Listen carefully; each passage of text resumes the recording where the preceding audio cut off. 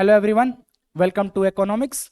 In this video, we will be discussing about RBI DAPR exam, which is going to be conducted soon. और इसकी क्या eligibility है, क्या qualifications चाहिए, कैसे आपका एग्जाम होगा, क्या स्ट्रेटजी आपको फॉलो करने चाहिए, ये सारा हम डिस्कस करेंगे इस वीडियो में. ओके, सो अभी आपने देखा होगा नोटिफिकेशन आया है, या आपने नहीं देखा है तो ये बात जान लो कि आरबीआई के जो डीएपीआर एग्जाम है उसका नोटिफिकेशन 8 सितंबर को आने वाला है. ए टेंटेटिव शेड्यूल आरबीआई ने अनाउंस कर दिया है.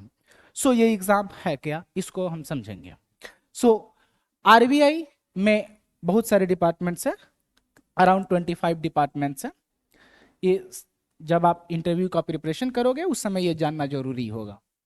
उन डिपार्टमेंट्स में आरबीआई की बहुत सारी फंक्शंस होती है, तो वो डिवाइड किया गया डिपार्टमेंट्स में. उसमें एक डिपार्टमेंट है विच इज डीईपीआर, जिसको बोलते हैं department of economic policy and research. कहने का मतलब आपका इस डिपार्टमेंट में सिलेक्शन होने का मतलब आपको काम करना है इस डिपार्टमेंट में, यानी कि इकोनॉमिक पॉलिसी और रिसर्च के लिए. ठीक है, यानी कि रिसर्च ओरिएंटेड आपका काम है. That means you would require some skills, and आपको एग्जाम क्वालिफाई करने के पहले आपको कुछ बेसिक नॉलेज होना जरूरी है ताकि आप इस डिपार्टमेंट में फिट बैठो.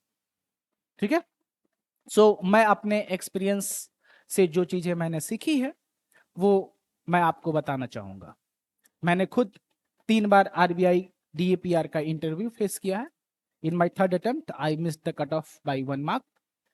ठीक है, होता है, कोई बात नहीं.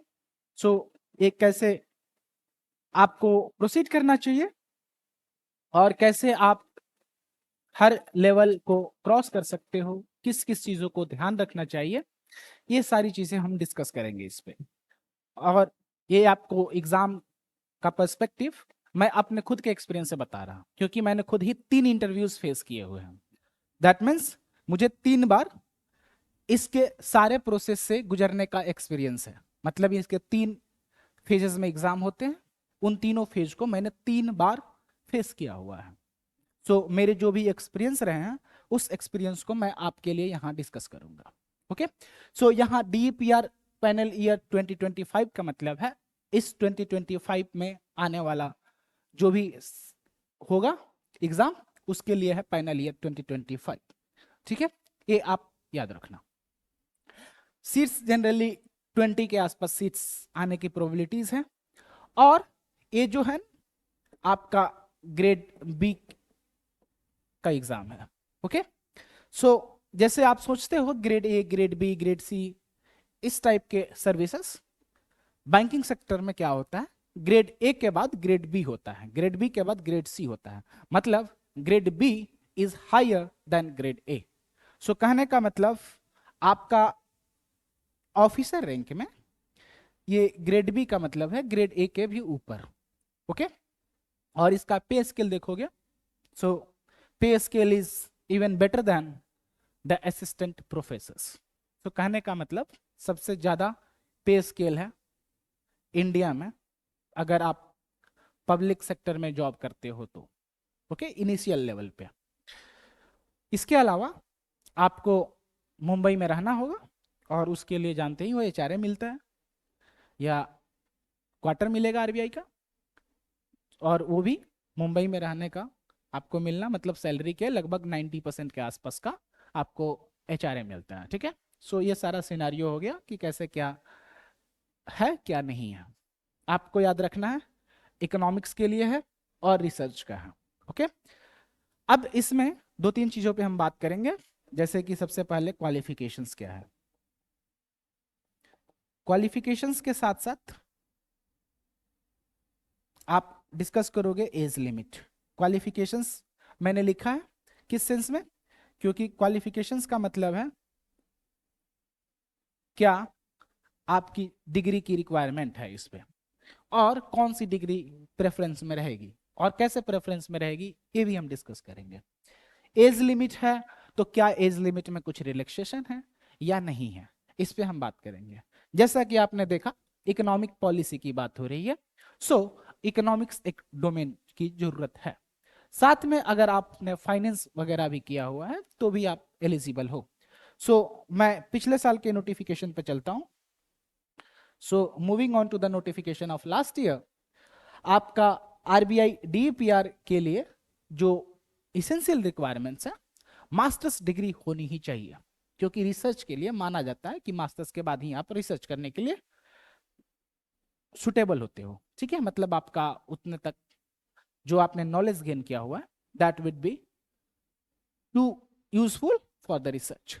ठीक है, सो आपका मास्टर्स डिग्री अगर इकोनॉमिक्स में है, सो उस केस में आप अप्लाई कर सकते हो। ठीक है, अगर मास्टर्स नहीं है, मास्टर्स से मिलता जुलता कोई है, जैसे कि क्वांटिटेटिव इकोनॉमिक्स, बहुत सारी जो इंस्टीट्यूट्स हैं या यूनिवर्सिटीज हैं या कॉलेजेस हैं जो कि मास्टर्स इन इकोनॉमिक्स देते हैं, उसके साथ साथ कुछ अलग यूनिवर्सिटीज या इंस्टीट्यूशंस हैं जो कि एमएससी इन क्वांटिटेटिव इकोनॉमिक्स देती है, जैसे आईएसआई वगैरह हो गया, या मैथमेटिकल इकोनॉमिक्स हो गया, या फाइनेंशियल इकोनॉमिक्स हो गया। फाइनेंशियल इकोनॉमिक्स जैसे आपने हैदराबाद वगैरह से किया हुआ है, सो आप फाइनेंशियल इकोनॉमिक्स के स्टूडेंट रहे फिर भी आप एलिजिबल हैं। बिजनेस इकोनॉमी से भी आपने पढ़ाई किया हुआ है या बिजनेस इकोनॉमिक्स के लिए आपने मास्टर्स का कोर्स किया हुआ है, जो कि आपके दिल्ली यूनिवर्सिटी में भी है और भी बहुत सारी यूनिवर्सिटीज में है, सो भी आप अप्लाई कर सकते हो। बहुत जगह एग्रीकल्चरल इकोनॉमिक्स का अलग से डिपार्टमेंट है मास्टर्स लेवल पे, आई थिंक पंजाब यूनिवर्सिटी में है, सो वो स्टूडेंट्स भी अवेल कर सकते हैं इसकी रिक्वायरमेंट को, एलिजिबिलिटी की। And the next is industrial economics. Industrial economics वाले लोग भी अप्लाई कर सकते हैं। ठीक, उसके अलावा अगर आपका इकोनॉमिक्स डोमेन में नहीं है मास्टर्स, अगर आपका फाइनेंस में है तो भी आप एलिजिबल हो।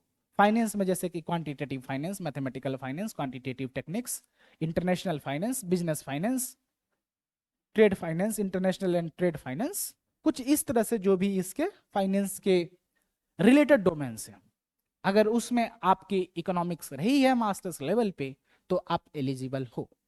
ठीक है, अब आप एलिजिबल तो हो, आपको मार्क्स चाहिए होगा। सो मार्क्स कितने चाहिए?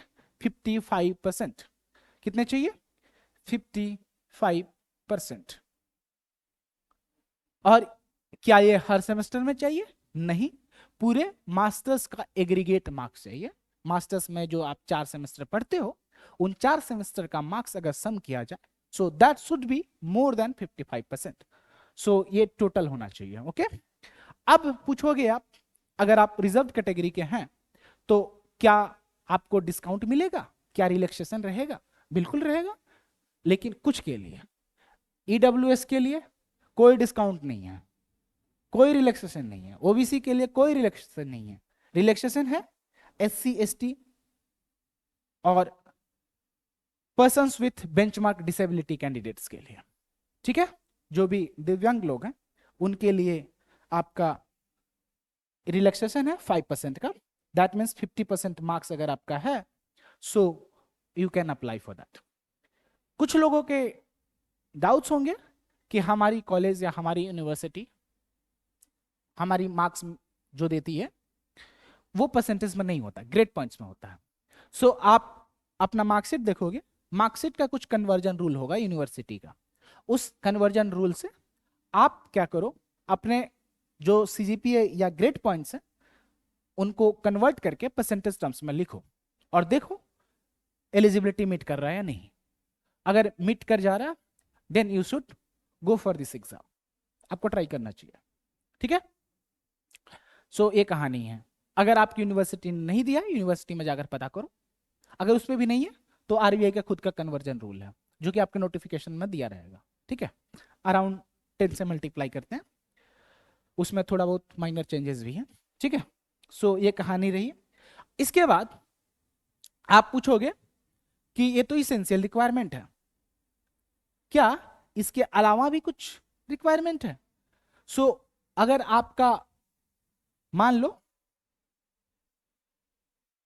मास्टर्स के अलावा आपने कुछ किया हुआ है जैसे कि एमफिल या पीएचडी, सो उस केस में आपको रिलैक्सेशन मिलेगा। ओके, आपको रिलैक्सेशन मिलेगा।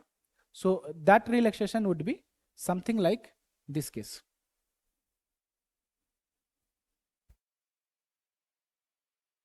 सो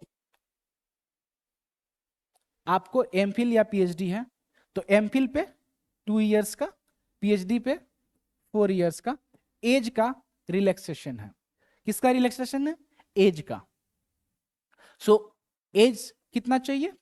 एज चाहिए 21 इयर्स मिनिमम। मैक्सिमम कितना चाहिए? 30 इयर्स। ठीक है। सो 2 साल का रिलैक्सेशन अगर आपके पास एमफिल की डिग्री है सो +2 हो जाएगा। कब? जब आपके पास एमफिल है तब। अगर आपके पास पीएचडी है सो +4 हो जाएगा। कुछ लोगों के डाउट्स होंगे कि अगर आपके पास एमफिल पीएचडी दोनों है तो 4 ईयर का मिलेगा, मैक्सिमम उतना ही मिलेगा।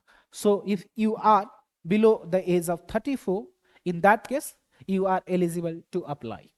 ओके, अब आप पूछेंगे एज का कट ऑफ क्या है? एज का कट ऑफ क्या है? सो कट ऑफ जो कि एक पर्टिकुलर डेट होता है वो क्या है? सो अगर आप 2023 का नोटिफिकेशन देखोगे सो दैट वाज 1 मई।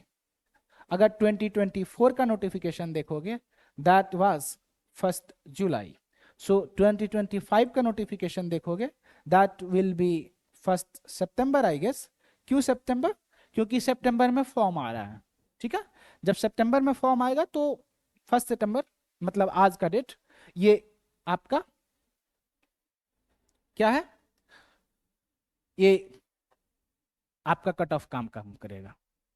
समझ रहे हो? So 1 September is the cut off date. Okay, so that is the scenario. Age का कट ऑफ हो गया। सो आप पूछोगे मैंने एक्स्ट्रा पढ़ाई किया हुआ है, मैंने थोड़ा बहुत रिसर्च गेन किया हुआ है और ये एग्जाम जो है रिसर्च के लिए है। सो क्या मुझे फायदा मिलेगा? बिल्कुल मिलेगा। अगर आप मान लो डॉक्टरेट कर रखे हो सो यानी कि पीएचडी कर रखे हो सो आपको एक्सपीरियंस का फायदा मिलेगा क्योंकि आपने रिसर्च की हुई है। अगर आपने रिसर्च एक्सपीरियंस किया हुआ है मतलब कहीं आपने आरए का काम किया हुआ है या कहीं आपने रिसर्च फर्म में काम किया हुआ है या किसी पॉलिसी मेकिंग में आपने काम किया हुआ है या किसी मिनिस्ट्री में काम किया हुआ है, इन दैट केस आपका रिसर्च एक्सपीरियंस काउंट किया जाएगा, प्रेफरेंस दिया जाएगा। ऐसा नहीं है कि उसके बेसिस पे आपको कुछ 2 नंबर एक्स्ट्रा मिल जाएगा, ऐसा नहीं है।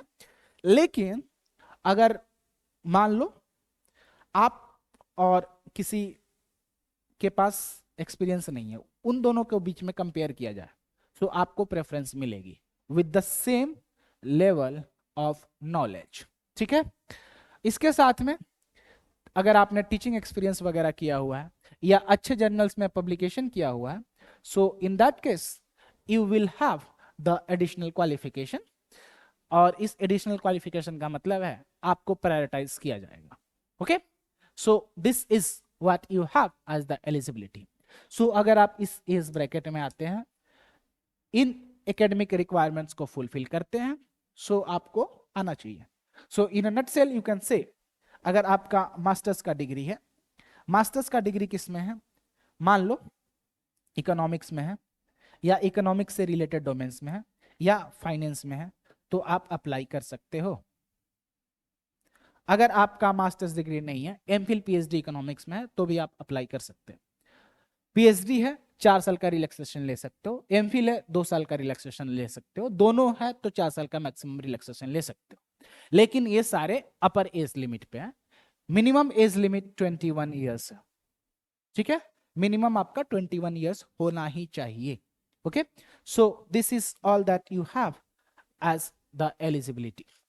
ओके, नाउ हम मूव करेंगे आपके सिलेबस पे। ओके, सो आपको ये जानना जरूरी है कि टोटल 3 फेजेस हैं। टोटल कितने फेजेस हैं? 3 फेज हैं। ओके, सो इन 3 फेज में जो फर्स्ट फेज है इसमें 2 पेपर होंगे।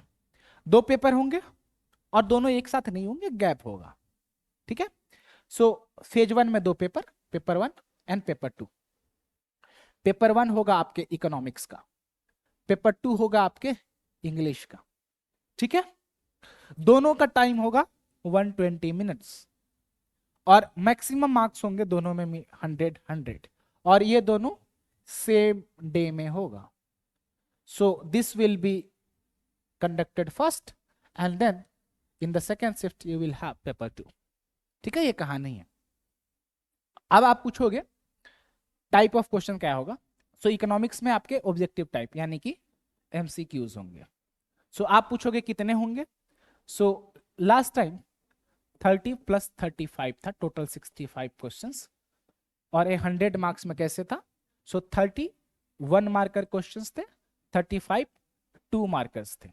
सो 2 × 35 gives you 70, 1 × 30 gives you 30, 70 + 30 gives you 100, ठीक है।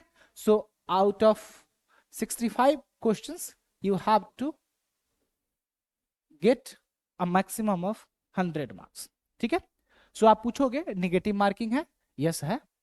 So there is negative marking as well. अब निगेटिव मार्किंग कितना होगा।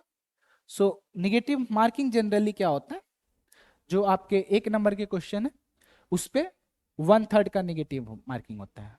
1 मार्क वाले में 1/3 निगेटिव होता है।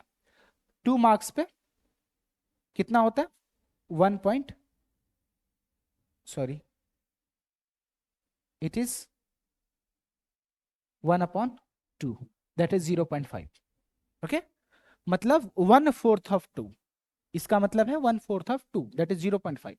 मतलब आपने मिस्टेक कर दिया तो 0.5 माइनस हो गया। इसमें अगर आपने मिस्टेक कर दिया तो 0.33 माइनस हो गया। लेकिन ये अभी भी फाइनलाइज मत समझना।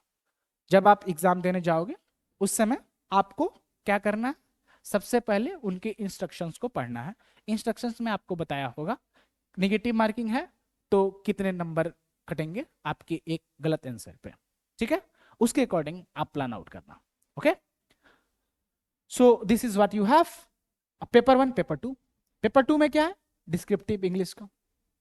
क्या लिखना होगा, नहीं, कंप्यूटर आपको मिला होगा, ऑनलाइन सिस्टम पे एग्जाम होंगे। ये सारे एग्जाम्स जो है ना कंप्यूटर बेस्ड टेस्ट है, सीबीटी कंप्यूटर बेस्ड टेस्ट। जो आपने एसएससी प्रोटेस्ट में देखा होगा एडिक्विटी और टेटा का लेकर के, तो टाटा को पहले मिला हुआ था, टाटा को नहीं मिल करके एडिक्विटी को मिला है। सो वो ऑनलाइन एग्जाम कंडक्ट कराने का था। उसी तरह आरबीआई का भी ऑनलाइन एग्जाम होता है, ओके। सो फर्स्ट फेज में जो एमसीक्यू का है इकोनॉमिक्स का, उसमें आपको 4 ऑप्शंस दिए होंगे। उन 4 ऑप्शंस में आपको सिलेक्ट करना है सही आंसर गलत आंसर, ठीक है। बहुत लोगों ने एक्सपीरियंस कर लिया होगा, रेयरली कोई होगा जिसने ऑनलाइन एग्जाम नहीं दिया होगा, क्योंकि आपने नेट के एग्जाम तो दिए ही होंगे, तो नेट के एग्जाम में आपको आइडिया होगा। तो जैसे नेट के एग्जाम में आप एग्जाम देते थे वही आपको पेपर 1 के लिए होगा, ठीक है। पेपर 2 में थोड़ा सा डिफरेंस है। पेपर 2 में क्या है, आपको आंसर्स टाइप करने हैं और ये डिस्क्रिप्टिव टाइप है, ठीक है। 100 मार्क्स। सो जनरली क्या होगा, 5 क्वेश्चंस होंगे, हो सकता है उसमें सब पार्ट्स हो, ऐसा भी हो सकता है। उसमें आपको देखेंगे अभी सिलेबस में कि क्या क्या है, क्या क्या चीजें पूछी जा सकती है, ओके, जिसको आपको प्रिपेयर करना है। सो अभी के लिए उतना ही होल्ड करना, बस ये समझना फेज 1 में आपको इंग्लिश टाइप करनी है, ठीक है। इसमें इंपॉर्टेंट क्या हो जाता है, थोड़ा बहुत ग्रामर। सो ग्रामर की प्रैक्टिस आप अच्छे से कर लेना। अगर आपका ग्रामर सही नहीं है सो ये प्रॉब्लम हो सकता है, okay. Now coming two phase 2।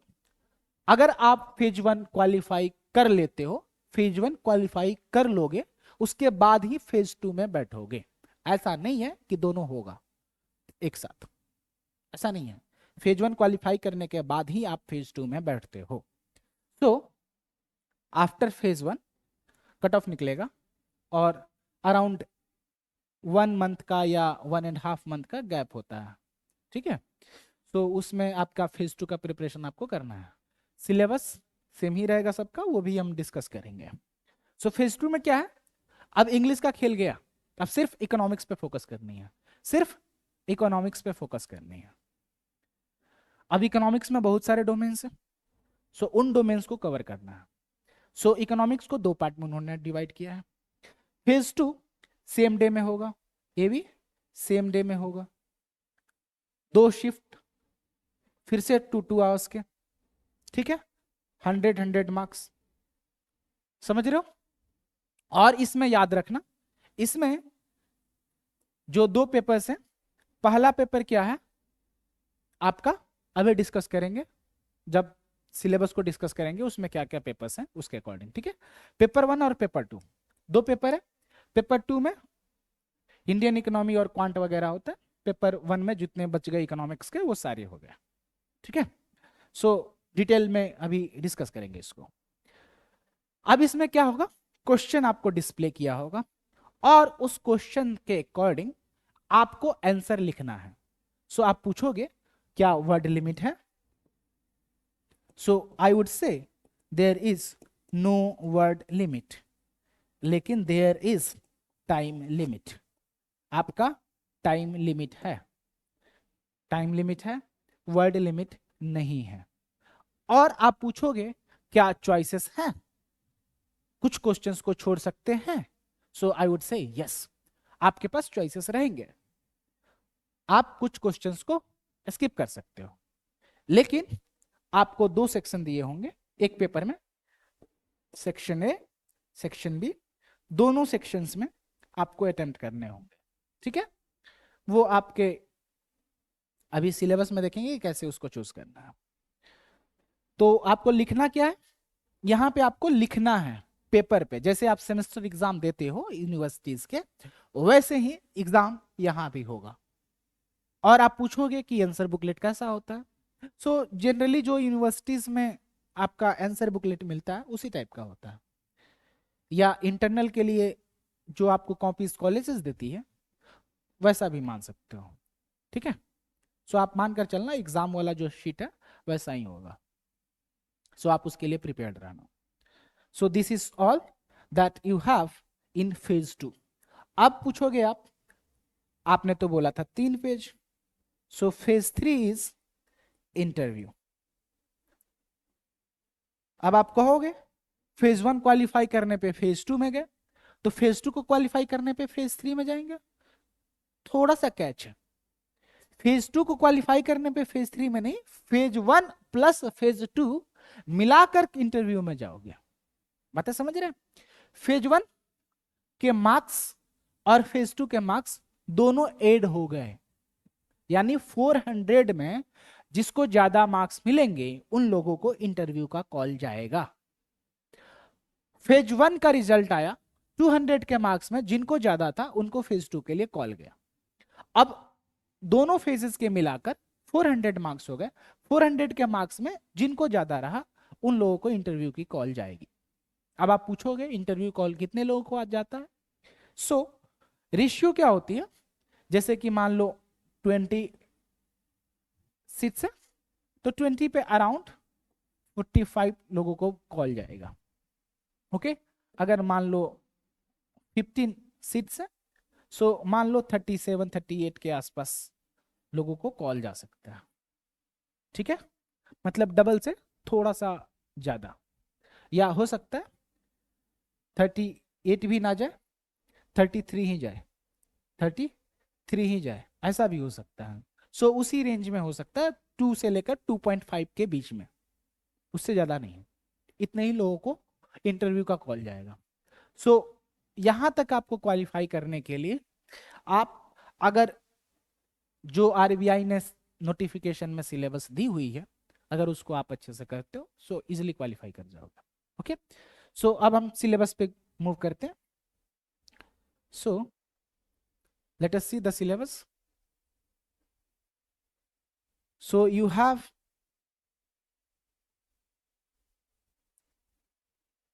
This case DAPR,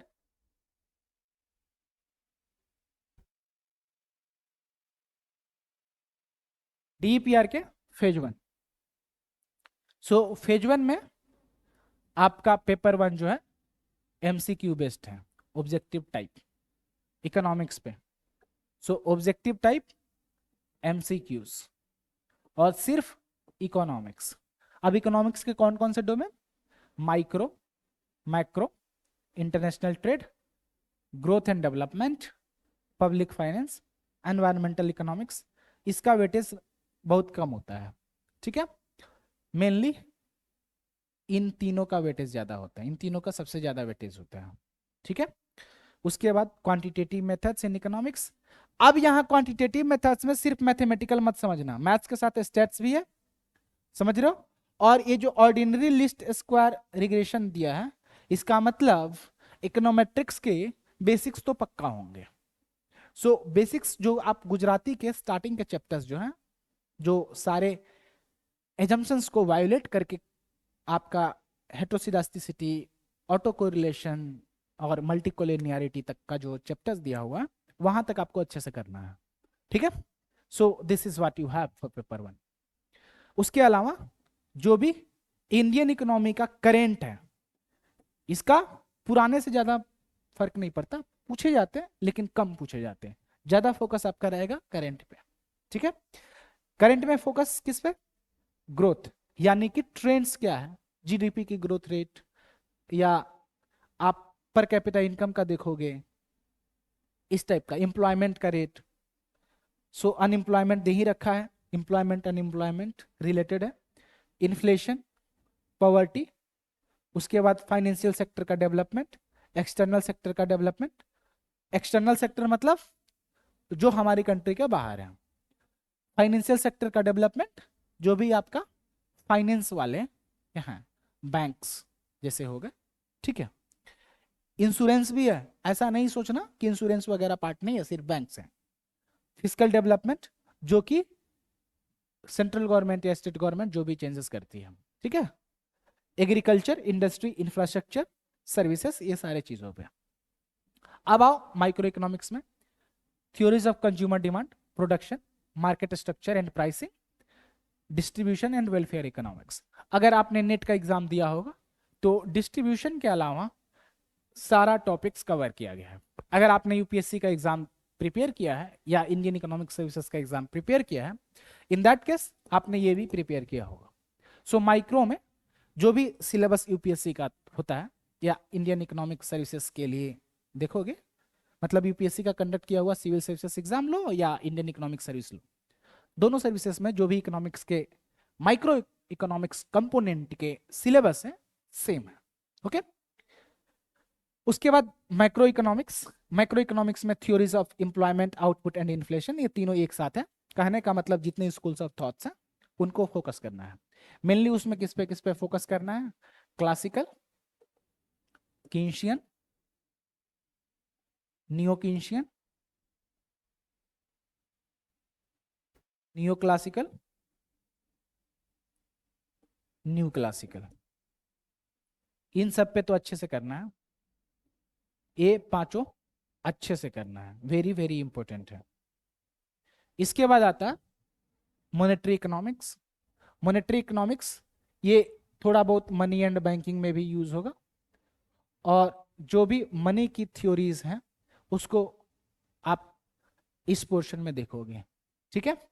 IS-LM model, IS-LM model आपका नियो कीन्सियन मॉडल, ठीक है। आईएसएलएम आपके नियो क्लासिकल में भी यूज होगा, ठीक है। सो उनको आप देख लेना। स्कूल्स ऑफ इकोनॉमिक थॉट, इनके साथ साथ आप न्यू कीन्शियन भी देखोगे, आरबीसी स्कूल ऑफ थॉट्स भी देखोगे, रियल बिजनेस साइकिल जिसको बोलते हो, ठीक है। सो ये सारे स्कूल्स ऑफ थॉट्स को आपको अच्छे से प्रिपेयर करना है। इनके साथ साथ आप फिजियोक्रेट्स भी देखोगे और मर्केंटिलिस्ट भी देखोगे। इन सब को आपको प्रिपेयर करना है स्कूल्स ऑफ थॉट्स के लिए, okay. Now let's see international economics. So international economics में आपको क्या करना है? जितने भी थ्योरीज दी हुई है इंटरनेशनल ट्रेड की, इंटरनेशनल ट्रेड की थ्योरीज को आपको करना है। अब थ्योरीज जैसे ग्रेविटी मॉडल, कंपैरेटिव एडवांटेज, ठीक है। उसके अलावा हेक्सर वॉल्यूम सबसे इंपॉर्टेंट, उसको ध्यान से करना है। इसके अलावा जो भी आप इकोनॉमीज ऑफ स्केल के बेसिस पे आप इंट्रा इंडस्ट्री ट्रेड का देखे होंगे, सो उसको भी आपको अच्छे से करना है इंटरनेशनल ट्रेड के अंदर। इसके अलावा बैलेंस ऑफ पेमेंट, बीओपी, जो आप मुंडल फ्लेमिंग मॉडल पढ़ते हो उसको अच्छे से करना है। ठीक है, सो मुंडल फ्लेमिंग जो है इसको तो जितना अच्छे तरीके से कर सकते हो उसको कर लेना। ओके, एक्सचेंज रेट के जो भी मॉडल्स हैं उनको कर लेना, fixed exchange rate, flexible exchange rate, जो ट्रिनिटी है, ये सारे कंसेप्ट आपको अच्छे से करना है। ठीक है, इसका मतलब ये नहीं है कि सिर्फ इतने ही है, इसके लिए बेस्ट बुक है आपका जैसे सल्वाटोर, बुक का अभी डिस्कस भी करेंगे अभी नीचे। थ्योरीज ऑफ इकोनॉमिक डेवलपमेंट जो आप देखोगे तो ग्रोथ एंड डेवलपमेंट कैसे आपको प्रिपेयर करना है, उसमें classical and neo classical approaches to economic growth and major theories of economic development. कहने का मतलब जो भी थ्योरीज आप नेट के लिए पढ़े थे, नेट का एग्जाम देने के लिए, या अगर आप यूपीएससी के एग्जाम्स प्रिपेयर कर रहे हो तो उनके लिए जो आपने ग्रोथ एंड डेवलपमेंट के मॉडल्स पढ़े हैं उन सबको अच्छे से करना है, जिसमें कि सोलो, रोमर, ये सब तो बहुत इंपॉर्टेंट हो जाते हैं, हैरोड, डोमार, ये बहुत इंपॉर्टेंट टॉपिक्स हैं। इसके अलावा जो critical minimum effort, big push theory, ये सारे जो आपने देखे हैं ये भी आप कर लेना, जो कि सारी जगह पूछे जाते हैं। ठीक है, ये आपके इकोनॉमिक ग्रोथ एंड डेवलपमेंट का हो गया। पब्लिक फाइनेंस, पब्लिक फाइनेंस में थ्योरीज ऑफ टैक्सेशन तो अच्छे से करना। ठीक है, टैक्सेशन की थ्योरीज क्या है, कैसे टैक्स किया जाना चाहिए, किसने क्या दिया, कैसा टैक्स होना चाहिए।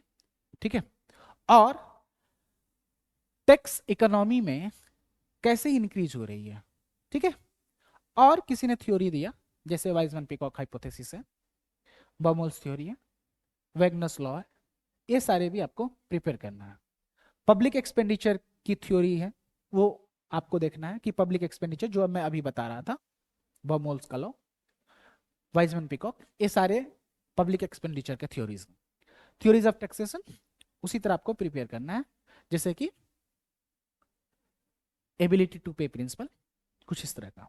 ठीक है, इसके बाद public debt management, public debt का मैनेजमेंट कैसे करना है, दैट मीन्स डेट और आपका डेट टू जीडीपी रेशियो जो आप निकालते हो उसका फिस्कल डेफिसिट से रिलेशन होता है, मतलब डेट और फिस्कल डेफिसिट रिलेटेड है। इस पे इकोनॉमिक सर्वे में एक चैप्टर भी आया था कुछ टाइम पहले, आई थिंक 2022 या 23 के इकोनॉमिक सर्वे में। ठीक है, सो ये पब्लिक फाइनेंस की थ्योरीज में देखोगे, सो पब्लिक डेट मैनेजमेंट बहुत इंपॉर्टेंट टॉपिक हो जाता है।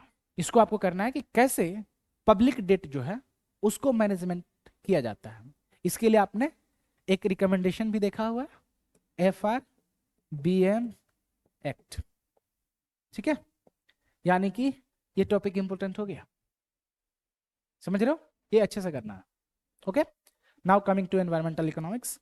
एनवायरमेंटल इकोनॉमिक्स में ग्रीन जीडीपी का कंसेप्ट देखना है, एनवायरमेंटल के वैल्यूएशन जैसे कि हेडोनिक प्राइसिंग है, इस टाइप का मेथड भी आपको देखना है, जैसे कि ट्रेवल कॉस्ट अप्रोच, ये सारे आपको कैसे वैल्यूएशन किया जाता है, जैसे कि कंटिजेंट वैल्यूएशन भी हो सकता है, तो आप कैसे उनका वैल्यू लगाते हो, ये सारे आपको पढ़ने हैं। उसके बाद एनवायरमेंटल पॉलिसी इंस्ट्रूमेंट क्या क्या है, जो भी आपने पॉलिसीज का नाम सुना है, जैसे कि मार्केट बेस्ड इंस्ट्रूमेंट्स जो कार्बन एमिशन वगैरह को रिस्ट्रिक्ट करने के लिए किया जाता है। ठीक है, सो उन सारे इंस्ट्रूमेंट्स को आपको अच्छे से प्रिपेयर करना है। Okay, now coming to quantitative economics, इसमें मैथमेटिकल मेथड्स पे तो अच्छे से फोकस करना है, साथ में स्टैट्स, स्टैट्स पे फोकस जब करोगे, सो स्टैट्स के लिए आपको क्या करना है, जो बेसिक्स हैं स्टैट्स के, मीन, मीडियन, मोड, इन सब का न्यूमेरिकल्स अच्छे से कर लेना है। ठीक है, आपको वहां पे कैलकुलेटर नहीं दिया होगा, तो आपको खुद से कैलकुलेशन प्रैक्टिस करनी है, और आपको यह देखना है कि कितना कम समय में मैं कितना एक्यूरेट कैलकुलेशन कर पाऊं। अगर आपके कैलकुलेशन में एरर आ गया और गलती से वो ऑप्शन में दिया हुआ है, सो आपका जो आंसर सही आना चाहिए था वो आंसर आपका गलत आएगा। साथ में आप फॉर्मूला सारे याद रखना।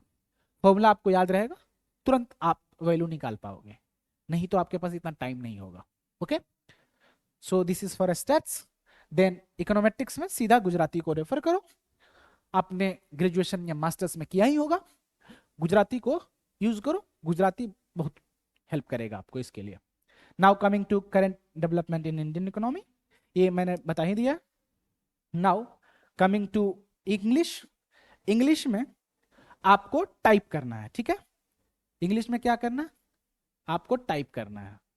सो उसको टाइप करने के लिए आपका राइटिंग स्किल एक्सप्रेस किया जाना है, यानी कि आप कैसा लिखते हैं, आप कैसे सोचते हैं, और आपके सोचने से जो आप लिखते हो सेंटेंस वो कैसे होगा। सो यहां पे ध्यान रखना, सेंटेंसेस जो है छोटे सेंटेंसेस लिखना।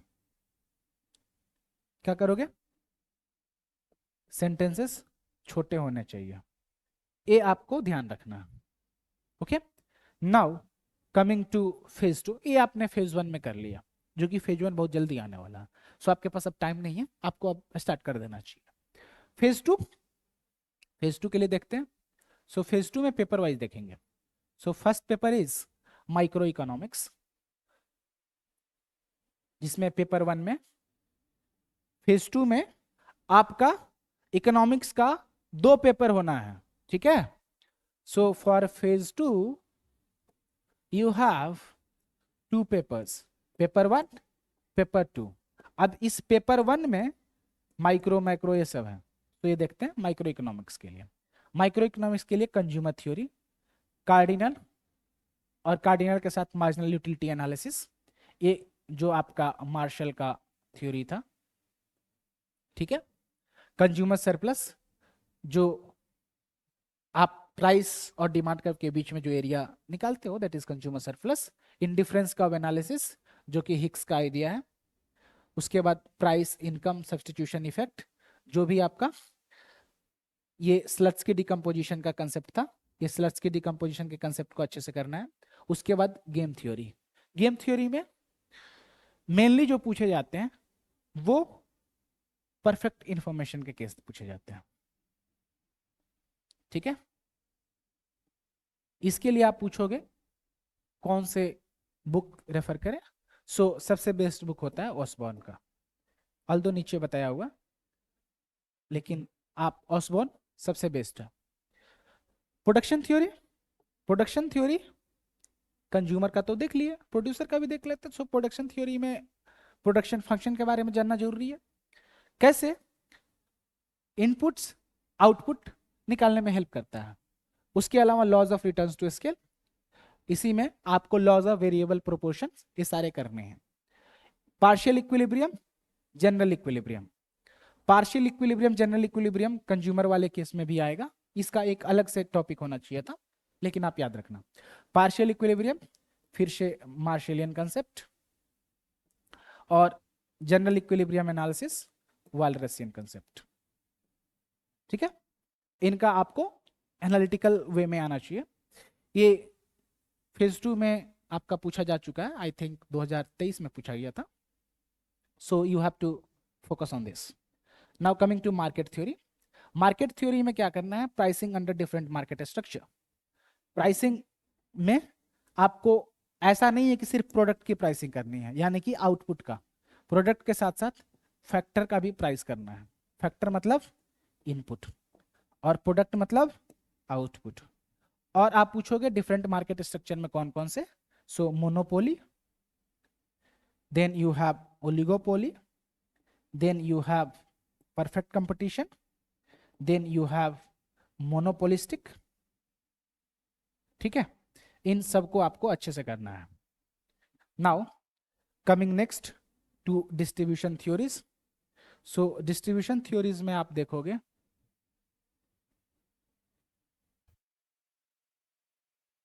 ओके, सो डिस्ट्रीब्यूशन थ्योरीज में आप देखो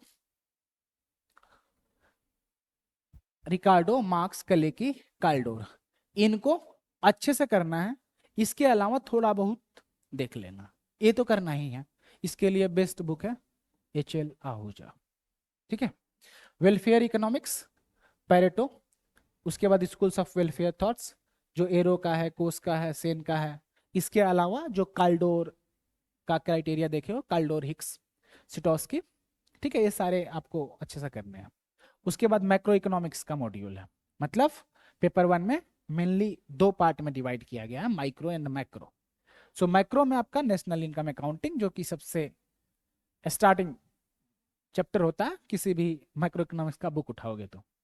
उसके बाद theory of employment and output, जो भी क्लासिकल एंड न्यू क्लासिकल का अप्रोच था। फिर Keynesian theory of employment and output, फिर पोस्ट किन्सियन डेवलपमेंट, उसके बाद बिजनेस साइकिल, मतलब सारे स्कूल्स ऑफ थॉट्स को कवर कर लिया। उसके बाद आता है इन्फ्लेशन। तो इन्फ्लेशन का टाइप, ठीक है, कि जितने भी इन्फ्लेशन के आपने डिफिनेशन देखे हैं, किस टाइप का inflation, core inflation, headline inflation, ये सारी चीजें सर आपको जानना जरूरी है।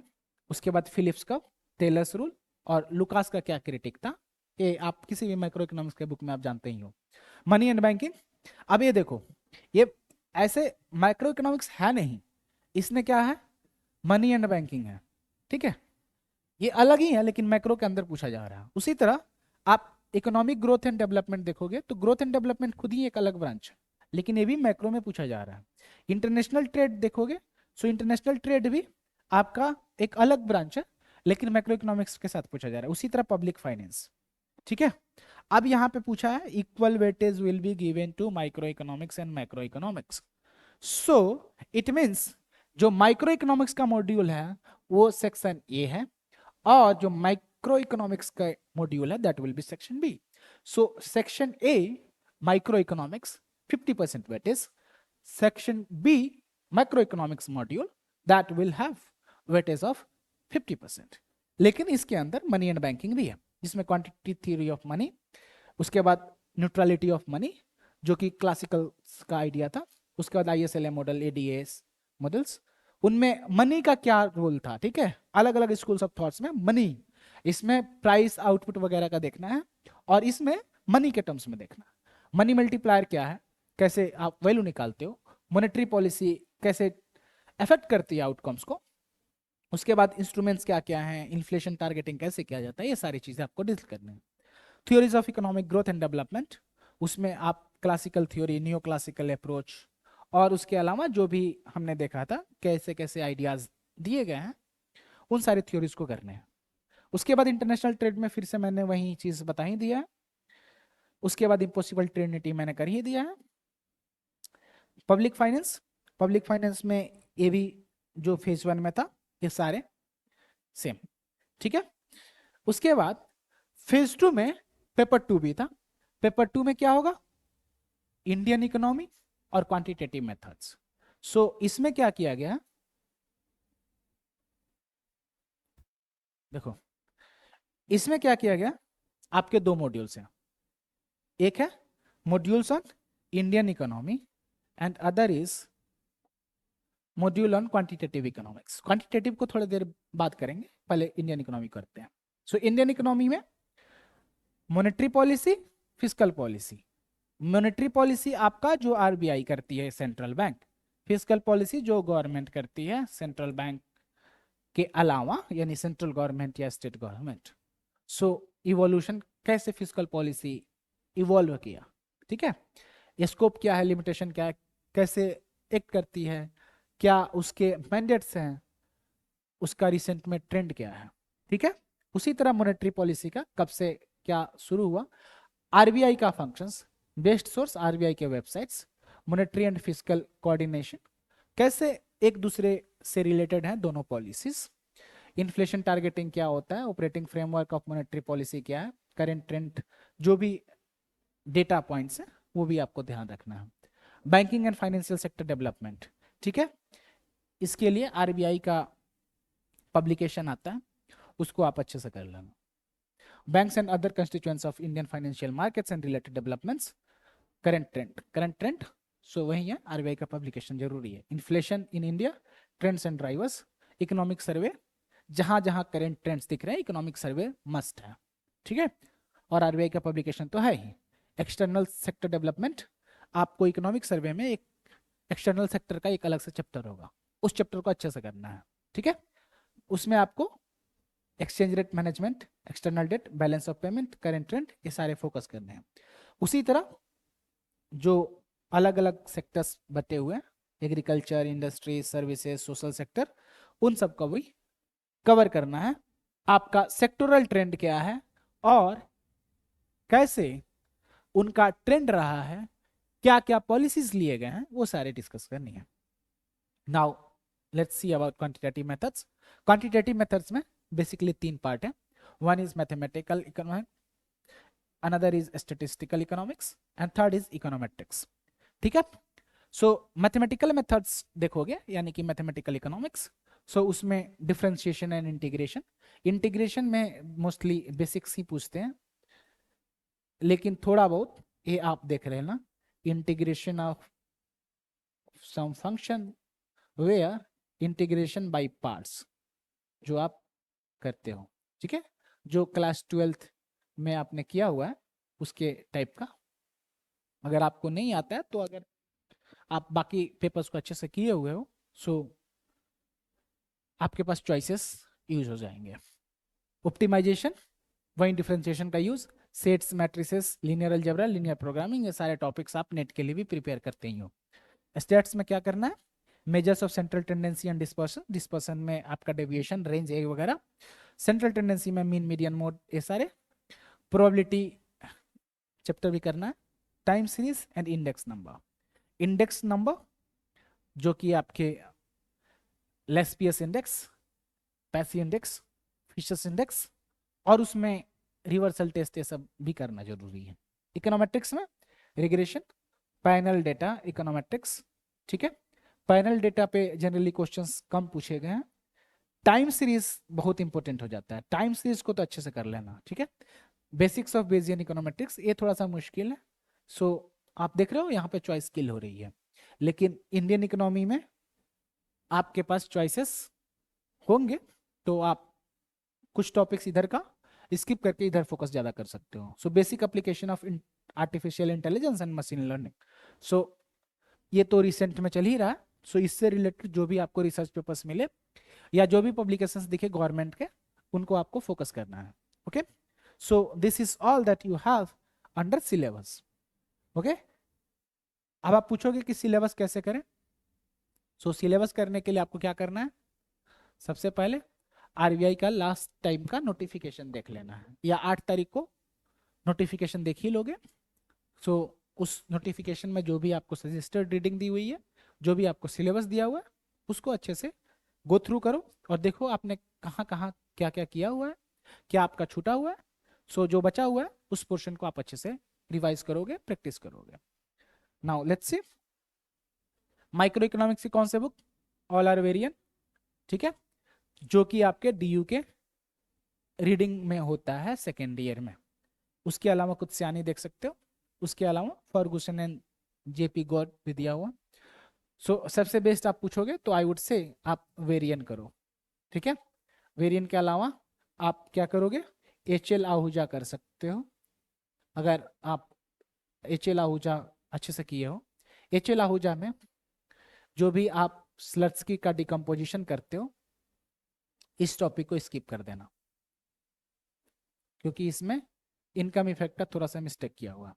इसके अलावा स्नाइडर एंड निकोलसन कर सकते हो। ठीक है, अगर आपको वेरियन मुश्किल लग रहा है तो। मैक्रो इकोनॉमिक्स के लिए सबसे बेस्ट बुक है डॉन बुश फिशर। ठीक है, सो ये आप रेफर कर सकते हो। इसके अलावा ब्लेंचार्ड भी है, ब्लेंचार्ड भी डीयू की रीडिंग्स में मोस्टली फॉलोड होता है सेकेंड ईयर में। इसके अलावा स्नोडन एंड स्वान जो है, ठीक है, ये दूसरी बुक है स्नोडन एंड वैन। सो ये बुक काफी अच्छी बुक मानी जाती है, मतलब इसमें बेसिक से लेकर बताया हुआ है। ठीक है, सो इसमें से कोई भी रेफर कर सकते हो। मुझसे पूछोगे so I would say Dornbusch Fischer पे जाओ। इंटरनेशनल इकोनॉमिक्स के लिए आपके दो एक से एक बढ़िया किताब है, एक पॉल क्रूगमैन का, दूसरा सैल्वाटोर का। बट स्टिल आई वुड से सैल्वाटोर करो, क्योंकि सैल्वाटोर में बहुत स्ट्रक्चर्ड वे में आपका कंसेप्ट दिया हुआ है, सो आप बोर नहीं होगे, अच्छे से आप कर पाओगे। पब्लिक फाइनेंस, मस्ग्रेव एंड मस्ग्रेव, उसके अलावा स्टिग्लिट्स का। अगर आप मुझसे पूछोगे सो आई वुड से मस्ग्रेव एंड मस्ग्रेव करो, बहुत स्ट्रक्चर्ड वे में दिया हुआ। इसके अलावा ग्रोथ एंड डेवलपमेंट का देखोगे, सो ग्रोथ एंड डेवलपमेंट के लिए आपको क्या करना है, आपको ग्रोथ एंड डेवलपमेंट में भी बुक्स दिए हुए हैं, एक एपी थिरवाल, एक देवराज रे, एक कौशिक वसु का, ठीक है। सो आप पूछोगे सबसे बढ़िया क्या है, सो आई वुड से देवराज रे को प्रेफर कर सकते हो, लेकिन अगर आप एपी थिरवाल देख चुके हो सो ये भी कर सकते हो। बहुत लोग टोडेरो एंड स्मिथ भी किए होंगे, कोई बात नहीं, अच्छा है। कुछ लोग झिंगन किए होंगे, ये भी अच्छा है। झिंगन में आपका डिटेल्ड दिया होता है, ठीक है, लेकिन इतने सारे पॉइंट्स आप लिखोगे नहीं, सो आप लिमिटेड करने के लिए थोड़ा सा कम करोगे, ओके। सो उनका कंसाइज करना जरूरी है। नाउ कमिंग टू फेज 2 के पेपर 2। पेपर 2 में आपके क्वांटिटेटिव मेथड्स हैं और इंडियन इकोनॉमी है। सो मैथमेटिकल मेथड्स के लिए आपका Simon and Bloom, Simon and Bloom बहुत जगह मास्टर्स के सिलेबस में होता है, ठीक है, जैसे जेएनयू में साइमन एंड ब्लूम जनरली पढ़ाया जाता है। इसके अलावा एसी चियांग, जिसको बोलते हैं चियांग एंड वेन राइट, ठीक है। सो ये मोस्टली अंडरग्रेड के सिलेबस में होता है, अल्दो डीयू के सिलेबस में ये बीए प्रोग्राम को दिया गया है, ठीक है। सो ये लिमिटेड कंसेप्ट वाले हैं और साइमन ब्लूम थोड़े से एडवांस कंसेप्ट है, ठीक है। सो अगर आप मुझसे पूछोगे तो आई वुड से एसी चियांग प्रेफर करो। इकोनोमेट्रिक्स के लिए गुजराती एंड पोर्टर से तो बेस्ट कुछ है ही नहीं, इसके अलावा उल्ड्रीज भी कर सकते हो, उल्ड्रीज भी पैरेलल है, लेकिन उल्ड्रीज का थोड़ा सा गुजराती के कंपैरिजन में मुश्किल पड़ता है। स्टैट्स के लिए एनजी दास दे ही रखा है, ठीक है। एनजी दास और मिलर में आपको कौन सा प्रेफर करना चाहिए, so I would say NG Das prefer करो, ठीक है। इंडियन इकोनॉमी के लिए आपको क्या क्या रेफर करना है, इकोनॉमिक सर्वे। आप पूछोगे इकोनॉमिक सर्वे कितने टाइम का, लास्ट 2 इयर्स का, ठीक है। उसके अलावा गवर्नमेंट ऑफ इंडिया का ही पब्लिकेशन है ये वेरियस इशूज, ये मत सोचना कि ये अलग अलग चीजें बात की गई है, ये इकोनॉमिक सर्वे के बारे में बात हो रही है। Second source is Indian development report, जो कि ऑक्सफोर्ड यूनिवर्सिटी प्रेस से आता है। अगर इसका पूछोगे वेरियस इश्यूज में कौन सा करें, so last 2 years, that's all. Uma Kapila, Uma Kapila का जो इंडियन इकोनॉमी सिंस इंडिपेंडेंस है, इसको कर लेना, ठीक है। उसका एक ही एडिशन करना है, जो लेटेस्ट वाला है जो आपके पास अवेलेबल है उसको पढ़ लेना। इसके अलावा आरबीआई का एनुअल रिपोर्ट इसने मेंशन कर ही दिया लास्ट 2 इयर्स, ठीक है। एनुअल रिपोर्ट आरबीआई के वेबसाइट पे होगा, ठीक है, गूगल करोगे डायरेक्ट भी आ जाएगा। RBI report on trends and progress of banking in India, ये मैं आपको बोल रहा था कि बैंकिंग के ट्रेंड्स के लिए ये भी आपके आरबीआई की वेबसाइट से आएगा, okay. Now comes monetary policy report and financial stability report last 2 साल का, ये दोनों भी आरबीआई के रिपोर्ट्स हैं और आरबीआई के वेबसाइट से ही मिलेंगे, ओके। सो ये सारे हो गए आपके सिलेबस और सजेस्टेड रीडिंग्स, आपको कैसे रेफर करना चाहिए। सो अब आते हैं कि आपको क्या स्ट्रेटजी रखना चाहिए। सो स्ट्रेटजीज के लिए आप ध्यान दो, 3 phases, 1 is phase 1, second is phase 2 and third is phase 3.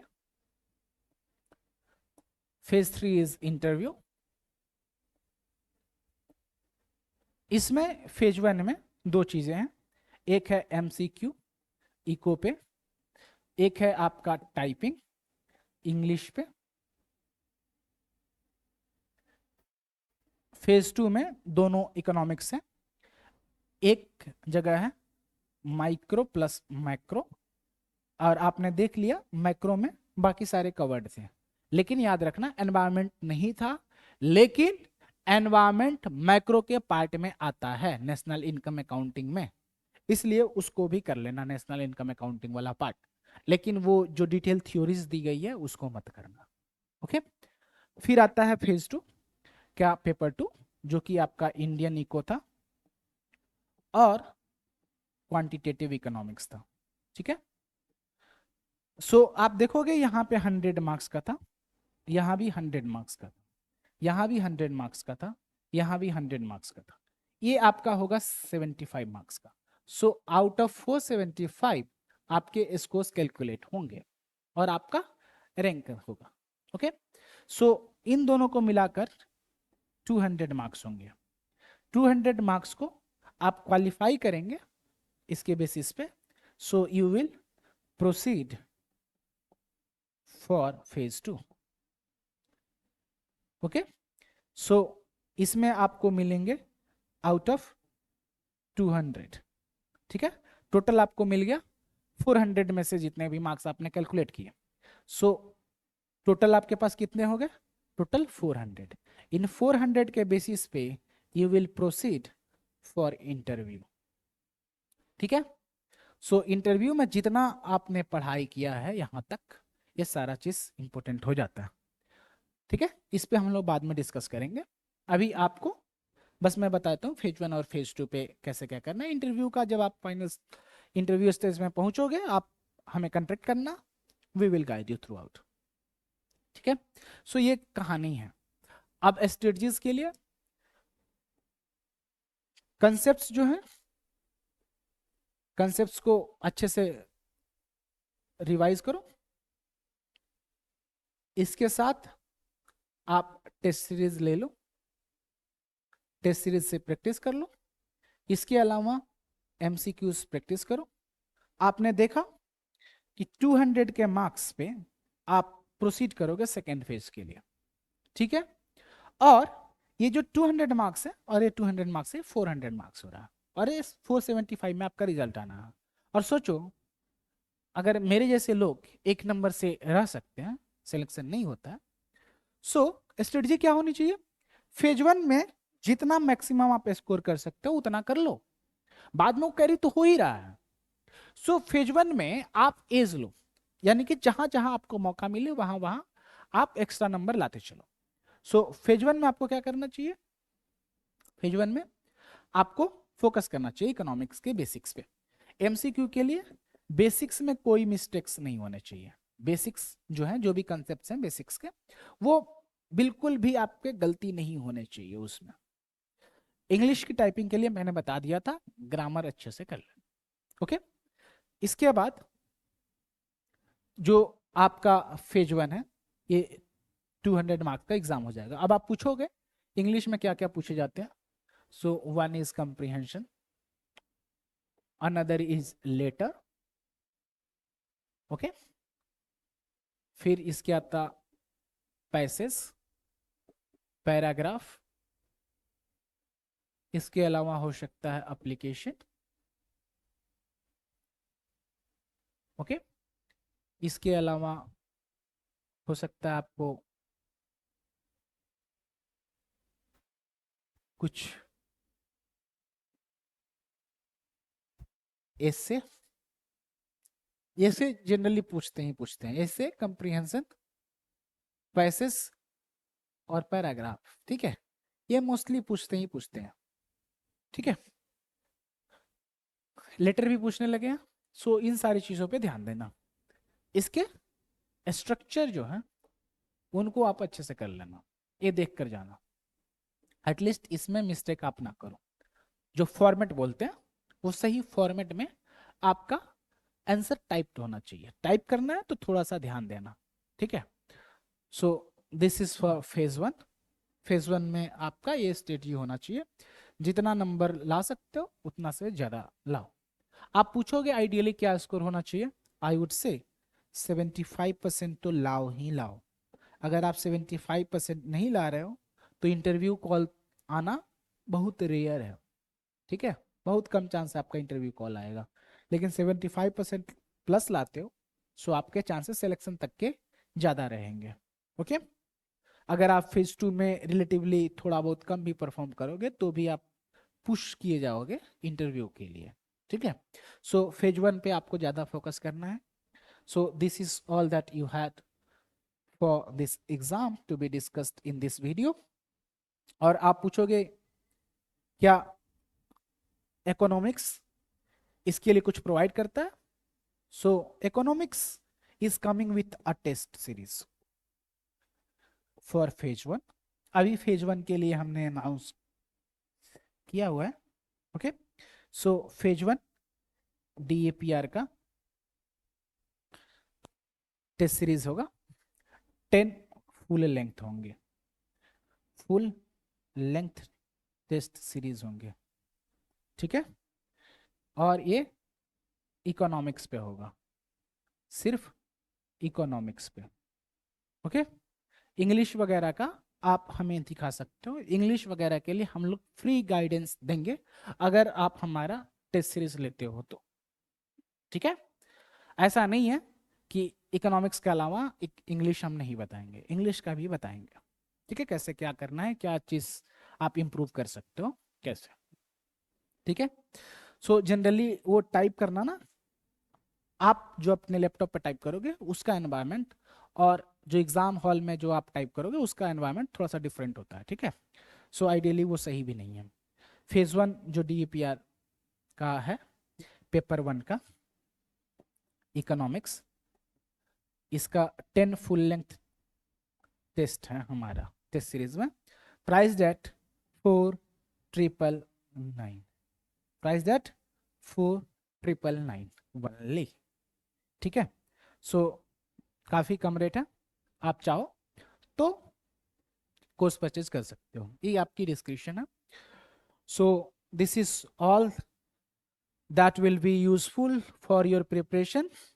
Okay, so prepare well, if you have any doubt हमें बताइए, हमारा कॉन्टेक्ट नंबर है, आप कॉन्टेक्ट कर सकते हैं 8873271303, ठीक है। ऑनलाइन भी है, ऑफलाइन भी आ सकते हो। ऑफलाइन आपको कहाँ आना है? ऑफलाइन के लिए आपको 68 राजा गार्डन आना है, दिल्ली बेस्ड है भैया।